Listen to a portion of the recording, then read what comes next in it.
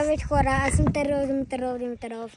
И сега в днешното видео ще правим втора част на тази поредица.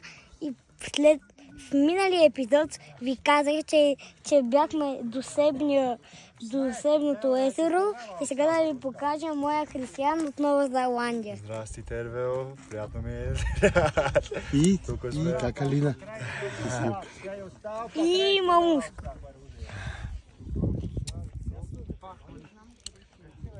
И сме на най-прекрасното място. Да. Най-енергийното място. Ако не сте гледали първа част, веднага след това видео отивайте и да гледате първа част. А на Криси дали му хареса тук?